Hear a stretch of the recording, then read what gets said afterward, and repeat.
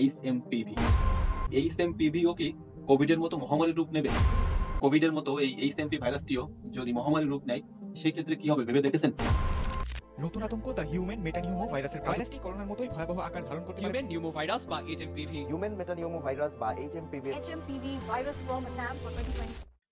HMPV, যার full meaning human মেটানিমো virus. আজকের এই ভিডিওটি মূলত এই এইচএমপিভি নিয়েই, তবে তার আগে চলুন একটু ফ্ল্যাশব্যাকে ঘুরে আসা যাক। দেশে করোনায় আরও 16 জনের মৃত্যু হয়েছে। এ নিয়ে মোট প্রাণহানি হলো 27,768 জনের।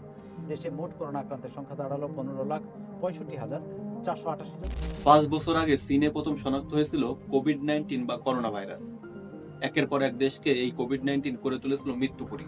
বলা যায় যে একটা পর্যায়ে পুরো বিশ্বকেই গ্রাস করে নিয়েছিল এই কোভিড-19। একের পর এক লকডাউন থাকায় মানুষের ব্যক্তি জীবন ও কর্মজীবনে সৃষ্টি হয় এক ভয়াবহ ব্যাঘাতের।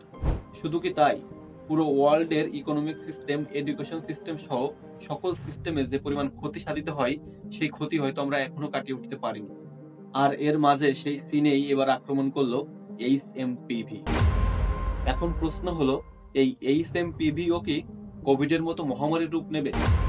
এইচএমপিভি নিয়ে প্রথমে একটি কথা বলে নিই, এটি নতুন কোনো ভাইরাস না।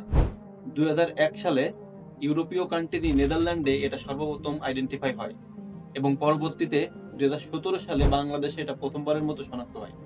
এইচএমপি ভাইরাসটি মূলত একটি ঠান্ডাজনিত ভাইরাস। ঠান্ডা, জ্বর, সর্দি, কাশি, মাথা ব্যথা সহ বিভিন্ন ধরনের লক্ষণ প্রকাশ করে থাকে এইচএমপিভি। লক্ষণের দিক থেকে কোভিডের সঙ্গে মিল থাকলেও চিকিৎসা বিজ্ঞানীদের মতে এর ভয়াবহতা কোভিডের থেকে কম।